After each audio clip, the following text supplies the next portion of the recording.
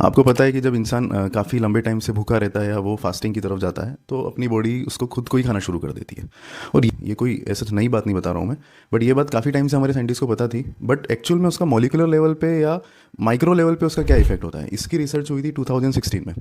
तो एक जापान के साइंटिस्ट थे, मैं उनका नाम भी मेंशन कर देता हूँ। तो उनको फील्ड ऑफ मेडिसिन में उनको नोबेल प्राइज़ मिला था।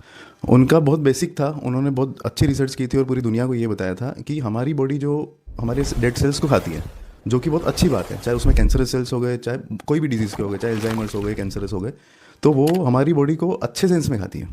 और ये बात हमें अभी पता चली 2016 में। लेकिन फिर day to day life examples की अगर हम बात करें तो चाहे हम हिंदुज़म फॉलो करें, चाहे मुस्लिम देखें, चाहे जैनिज़्म देखें, तो सभी में, सभी सारे धर्मों में, चाहे क्रिश्चियनिटी देखें, सभी में एक बात कॉमन है कि फास्टिंग, चाहे वो फास्टिंग चाहे आप किसी पर्टिकुलर मंथ में करें या किसी टाइम में करें या किसी ड्यूरेशन के लिए करें। तो शायद ये भी एक बड़ा रीज़न हो सकता है कि फास्टिंग हम नहीं करते हैं तो उसी लिए इतना जो डिजीज़ का बर्डन बढ़ रहा है, चाहे वो हमारे कंट्री में हो या पूरे वर्ल्ड लेवल पे हो। मैं डायरेक्ट ये नहीं कह रहा हूँ कि इसी का डायरेक्ट लिंक उसी उन्हीं सब चीज़ों से, बट कहीं ना कहीं ये चीज़ें लिंक हो सकती हैं।